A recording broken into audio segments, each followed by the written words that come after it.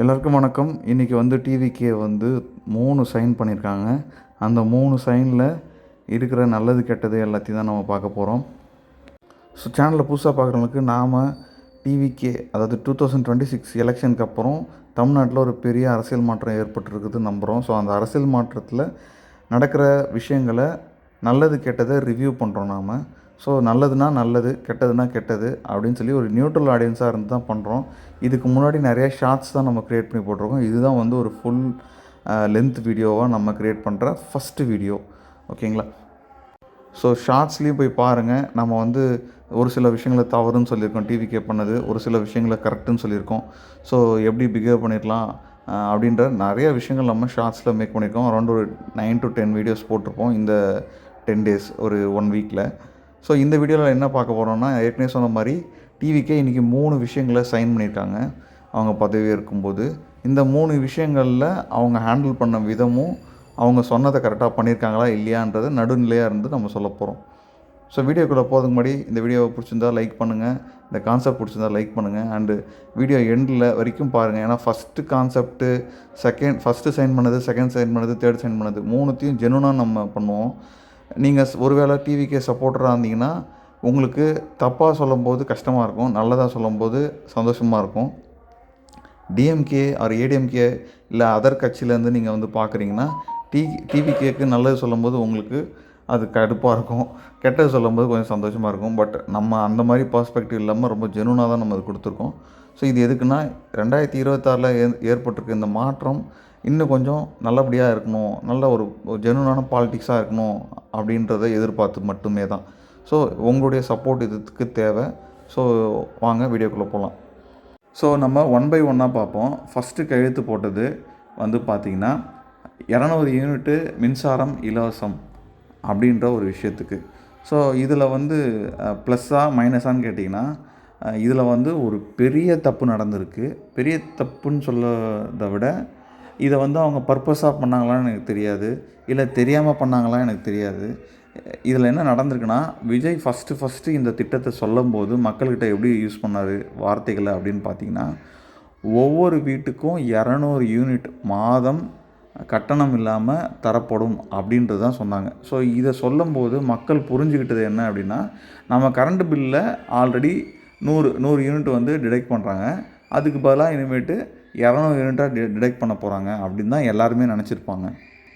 எல்லாரையும் சொல்கிறத விட டிவிக்கே ஃபேன்ஸுமே கூட அதை கண்டிப்பாக அவங்களும் அதான் நினச்சிருந்துருப்பாங்க. ஒருவேளை ஒரு சிலர் தேர்தல் அறிக்கை, டிவிக்கேவுடைய தேர்தல் அறிக்கையை படித்தவங்களுக்கு மட்டும் இது எல்லாருக்கும் இல்லைன்றது கண்டிப்பாக தெரிஞ்சிருந்திருக்கும். ஏன்னா விஜய் சொன்னது எல்லாருக்கும் அப்படின்ற மாதிரியும், தேர்தல் அறிக்கை வரும்போது தகுதி வாய்ந்த வீட்டுக்கு மாதம் 200 யூனிட் தரப்படும் அப்படின்னு சொல்லியிருக்காங்க. ஸோ அப்போது இவங்க ஒரு தகுதி வச்சுருக்க போகிறாங்க. அந்த தகுதியில் யார் யாரெல்லாம் வராங்களோ அவங்களுக்கு மட்டும் 200 யூனிட் மாதம் தருவாங்க அப்படின்னு சொல்லி தேர்தல் அறிக்கை படித்தவங்களுக்கு மட்டும் தெரிஞ்சிருக்கும். ஆனால் விஜய் படிக்கும்போது எல்லாருக்கும்ன்ற மாதிரி தான் ரீச் ஆகிருக்கும். தேர்தல் அறிக்கைலாம் படிக்கும்போது மீட்டிங்ஸில் விஜய் படித்தது எல்லாருக்கும் ரீச் ஆனது விஷயம் எப்படி இருந்ததுன்னா, எல்லாருக்கும் 200 யூனிட் மாதத்துக்கு அப்படின்னு தான் ரீச் ஆச்சு. சரி, நானுமே அப்படி தான் நினச்சிருந்தேன். ஆனால் அவங்க தேர்தல் அறிக்கையில் அவருக்கு ஒரு சின்ன ஃபில்டர் ப்ராசஸ் வச்சுருந்தாங்க. சரி, இப்போ அதை தான் அவங்க பண்ணியிருக்காங்களா அப்படின்னு பார்த்தாலும் அதையுமே அவங்க கரெக்டாக பண்ணல. இப்போது நல்லா புரிஞ்சுக்குங்க, தகுதி வாய்ந்த ஒவ்வொரு வீட்டுக்கும் 200 யூனிட் ஃப்ரீயாக தருவேன் அப்படின்ற மாதிரி சொல்லிட்டாங்க. அப்போ இவங்க தகுதியாக வைக்கிறது என்ன? 500 யூனிட்டுக்கு உங்களுக்கு ஒவ்வொரு மாதமும் நீங்கள் 2 மாதத்துக்கு 500 யூனிட் யூஸ் பண்ணுற நபராக இருந்தீங்கன்னா, 2 மாதத்தில் உங்களுடைய கரண்ட் பில்லு 500 யூனிட்டுக்குள்ளே இருந்ததுன்னா உங்களுக்கு ஒவ்வொரு மாதமும் தேர்தல் அறிக்கையில் சொன்ன மாதிரி ஒவ்வொரு மாதமும் 200 யூனிட் வரணும். பட் இப்போது இவங்க சைன் பண்ணியிருக்காங்கன்னு பார்த்தீங்கன்னா, தகுதி என்ன? 500 யூனிட்டு 2 மாதத்துக்குள்ளே வரணும். மாதத்துக்கு 200 யூனிட் இல்லாமல் 2 மாதத்துக்கு சேர்த்தே மொத்தமாகவே 200 யூனிட் தான். ஸோ தேர்தல் அறிக்கையில் கொடுத்த பிரகாரம் பார்த்தீங்கன்னா மாதம் 200ன்னு சொல்லிவிட்டு 2 மாதத்துக்கு சேர்த்தே 200 யூனிட். அப்போது தேர்தல் அறிக்கை படிக்கும்போது விஜய் சொன்னது எல்லாருக்கும் 200 யூனிட் அப்படின்னு சொல்லிவிட்டு, தேர்தல் அறிக்கையில் தகுதி வாய்ந்தவர்களுக்கு மாதம் 200ன்னு சொல்லிவிட்டு, தேர்தல் முடிஞ்சு ஆட்சியில் வந்ததுக்கப்புறம் 2 மாதத்துக்கு 500 யூனிட்டுக்குள்ளே மட்டும்தான் நீங்கள் வந்து உங்கள் பில்லு வரணும். அப்படி வரவங்களுக்கு 2 மாதத்துக்கு சேர்த்தே 200 யூனிட் மட்டும்தான் அப்படின்னு தான் இப்போது வந்து சொல்லியிருக்காங்க. அப்போது 3 நிலையில் வந்து இது கொஞ்சம் கொஞ்சமாக மாறிக்கிட்டே இருக்குது. அந்த கழுதை தேஞ்சு கட்டெரும்பாச்சுன்னு சொல்லுவாங்கள்ல, அந்த மாதிரி.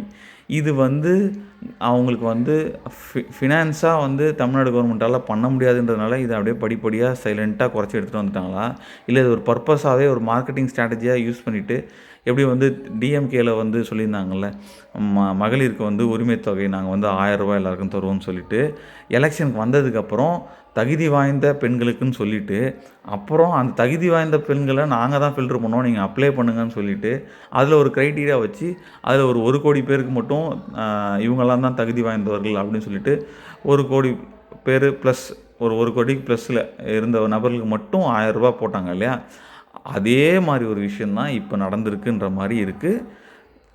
டிவிக்கே சைன் பண்ண முதல் சைன் பண்ண திட்டத்தை. இதுதான் இது வந்து ஒரு நல்ல திட்டமான்னு கேட்டிங்கன்னா, எனக்கு தெரிஞ்சு இலவசமாக கொடுக்குறது எதுவுமே நல்ல திட்டம் கிடையாது. பட் ஸ்டில் நிறைய middle class, lower middle class பீப்புளுக்கு இது டெஃபினட்டாக பெனிஃபிட்டாக இருக்கும். அவங்களுக்கு ஏதாவது ஒரு வகையில் ஒரு சின்ன அமௌண்ட்டு மிச்சமாகுதுன்ற பட்சத்தில் ரொம்ப நல்ல விஷயம்.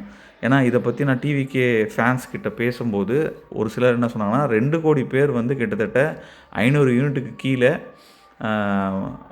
2 மாதத்துக்கு ஒரு வாட்டி வரவங்க இருக்காங்க. அப்போ அவங்களுக்கு ரூ. 200 யூனிட் மிச்சமாகுதுன்னா சம்வாட் ஏதோ ஒரு அமௌண்ட் அவங்களுக்கு மிச்சமாகும். அது அவங்க குடும்ப செலவு, வேறு ஏதோ ஒரு செலவுக்கு யூஸ்ஃபுல்லாக இருக்கும். அதனால் வந்து எல்லா திட்டமும் யாராவது ஒருத்தவங்களுக்கு பயன்படும். அவங்களுக்கு அது ரொம்ப பெனிஃபிட்டாக இருக்குன்றதை நம்ம ஸ்ட்ராங்காக நம்புகிறோம். அதில் இந்த திட்டத்தை வரவேற்கிறோம். ஆனால் இதை சொன்ன விதமும், தேர்தல் அறிக்கையாக கொடுத்த விதமும், அதை செயல்படுத்தின விதமும் ரொம்பவே நல்லா இல்லை. டிஎம்கேவை விட கொஞ்சம் ஒர்ஸ்ட்டாக தான் இருக்குது. டிஎம்கே மாதிரியே தான் இருக்குது. அப்போ மாற்றுன்னு நினச்சி ஓட்டு போட்ட எல்லாருக்கும் ஒரு ஏமாற்றம் இந்த திட்டத்தின் மூலமாக மட்டும் இருக்குன்றதை மட்டும் புரிஞ்சுப்போம். பட் இருந்தாலும் ஏதோ ஒரு விஷயம் செஞ்சுருக்காரு, அது யாருக்கோ ஒருத்தவங்களுக்கு பெனிஃபிட்டாக இருக்க போது. இந்த திட்டத்தை பொறுத்த வரைக்கும் இதுதான். இப்போ அடுத்த திட்டத்தை பார்ப்போம். அடுத்த திட்டம் என்ன சொல்லியிருந்தாருன்னு பார்த்தீங்கன்னா, அந்த சிங்கப்பெண் திட்டம். சிங்கப்பெண் திட்டத்தில் என்ன எக்ஸ்பெக்ட் பண்ணுறோன்ற டீட்டெயிலான விஷயங்கள் அவங்க கொடுக்கல. பட் எல்லோரும் எக்ஸ்பெக்ட் பண்ணுறது என்னென்னா, ஒரு பெண் காவலர்கள் மப்டியில் இருப்பாங்க. அவங்கக்கிட்ட வந்து ஒரு பாடி கேம் இருக்கும். அது மூலயமா வந்து பெண்கள் ரிலேட்டடாக நடக்கிற விஷயங்களை ஆங்காங்கே அப்படியே மானிட்டர் பண்ணிகிட்டே இருப்பாங்கன்னு சொல்லிட்டு சொல்கிறாங்க. இது எந்த அளவுக்கு பாசிபிள்ன்றதை நடைமுறைக்கு வரும்போது மட்டுமே தெரியும். ஃபஸ்ட்டு திட்டத்துக்கும் இந்த திட்டத்துக்கும் என்னென்னா, ஃபஸ்ட்டு திட்டத்துக்கு கண்டிப்பாக வந்து ஒரு நிதி உதவின்றது கண்டிப்பாக தேவை. ஃபண்டுன்றது ஒன்று கண்டிப்பாக தேவை. ஆனால் 2வது திட்டத்துக்கு ஆல்ரெடி இருக்கிற பெண் போலீஸ்களை மட்டும்தான் யூஸ் பண்ண போகிறாங்களா, இல்லை புதுசாக இதுக்குன்னு எடுக்க போகிறாங்களா, அப்படி எடுத்து இதுக்கு எப்படி இதை வந்து ஆக்டிவேட் பண்ண போகிறாங்க, எத்தனை பெண்களுக்கு ஒரு பெண் காவலர்கள் சிங்கப்பெண் படையிலேருந்து எத்தனை பெண்கள் இருக்க போகிறாங்க, இது எப்படி வந்து ஸ்கேல் பண்ண போகிறாங்க அப்படின்ற எந்த டீட்டெயிலும் இல்லை. பட் இது ஒரு வரவேற்கத்தக்க ஒரு விஷயந்தான். நடைமுறைக்கு வந்ததுன்னா ரொம்ப நல்லாவே இருக்கும். அதே மாதிரி இந்த சிங்கப்பெண் திட்டத்தில் ஏற்கனவே இருக்கிற லேடிஸ் கான்ஸ்டபிள்ஸு, உமன் கான்ஸ்டபிள்ஸை யூஸ் பண்ண போகிறாங்களா, இல்லை வந்து புதுசாக எடுக்க போகிறாங்களா, அப்படி புதுசாக எடுத்தால் எவ்வளோ பேருக்கு வேலை கிடைக்கும், நிறைய பேருக்கு வேலை கிடைக்க வாய்ப்பு இருக்குது, அவங்களுக்கு என்ன சம்பளம், அதை பற்றினா எந்த டீட்டெயிலும் கிடையாது, கிடையாது. நான் மேனிஃபெஸ்டோவில் தேடி பார்த்தேன், எனக்கு கிடைக்கல. பட் குயிக்காக வீடியோ போடலான்னு சொல்லிட்டு நான் போடுறேன். இது ஒரு சூப்பரான திட்டம். நிறைய பெண்களுக்கு வேலை கிடைக்கிறதுக்கான வாய்ப்பு இருக்குது. நான் பார்த்துட்டு சொல்கிறேன். ஏன் சொல்கிறேன்னா, இதில் ஒரு சின்ன கன்ஃபியூஷன் இருக்குது. ஏன் இந்த மாதிரி தப்பு பண்ணுறாங்கன்னு தெரியல. சிங்கப்பெண் திட்டம்ன்றது அவங்களுடைய மகளிர் சுய உதவி குழுவுக்கு மட்டும் அவங்க வச்ச பேர் தான் சிங்கப்பெண் திட்டம்ன்ற மாதிரி ஒரு இது இருக்குது. லைக் நம்ம அவங்க மேனிஃபெஸ்டோ படிக்கும்போது சிங்கப்பெண் திட்டம்ன்றது வந்து மகளிர் சுய உதவி குழுக்கோசம் அவங்க கொடுத்த நேமு. இந்த பெண்கள் பாதுகாப்புக்கு அவங்க கொடுத்த நேம் பார்த்திங்கன்னா, ராணி வேலுநாச்சியார் படை அப்படின்னு ஒன்று சொல்லியிருந்தாங்க. அதில் தான் இந்த ஸ்கீம் வந்தது. அதாவது பெண்களுக்கு பாதுகாப்புக்கு மப்டியில் பெண்கள் வந்து வருவாங்க, அவங்க வந்து பாடி கேமோட வருவாங்க அப்படின்னு சொல்லிட்டு. பட்டு அந்த திட்டத்துடைய பேரே தப்பாக சொல்லி இப்போ வந்து சொல்லியிருக்காங்க.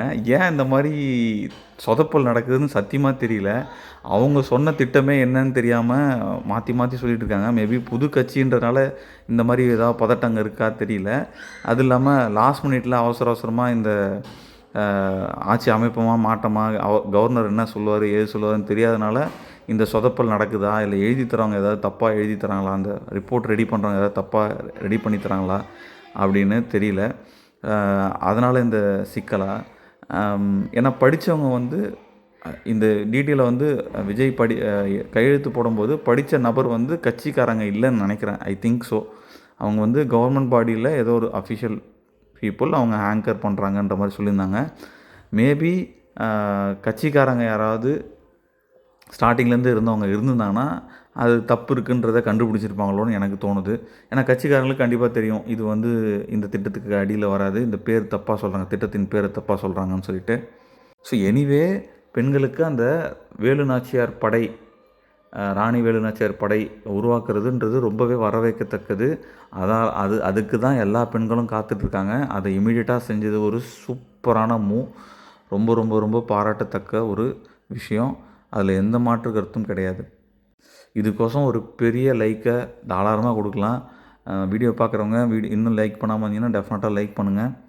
அண்ட் லாஸ்ட்டாக அவங்க கொடுத்த சைன் பண்ணது திட்டம் பார்த்திங்கன்னா போதை ஒழிப்பு ரிலேட்டடான ஒரு விஷயம். இதுவுமே ரொம்ப சூப்பரான ஒரு திட்டம்.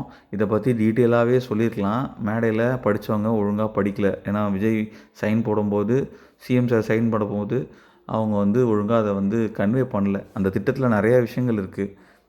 இது மேடையில் சொல்லலாலும் தேர்தல் அறிக்கையில் ரொம்ப டீட்டெயில்டாக கொடுத்துருக்காங்க. ஸோ இவங்களோட பிளான் ஆக்சுவலாக என்னன்னு பார்த்தீங்கன்னா, இதுக்குன்னு ஒரு தனியாக ஒரு ஒரு ஒரு ஒரு ஒரு லைக் ஒரு டிபார்ட்மெண்ட் மாதிரி எல்லா மாவட்டத்துலேயும் மாநகராட்சிலையும் அமைச்சு, அந்த டீம் என்ன பண்ணணுன்னு பார்த்தீங்கன்னா, அந்த டிபார்ட்மெண்ட் என்ன பண்ணணுன்னு பார்த்தீங்கன்னா, ஃபஸ்ட்டு போதைப்பொருள் விற்கிறவங்கள சட்டப்படி சட்டத்துக்கு புறம்பாக விற்கிறவங்கள கைது பண்ணுற நடவடிக்கை எடுக்க போகுது.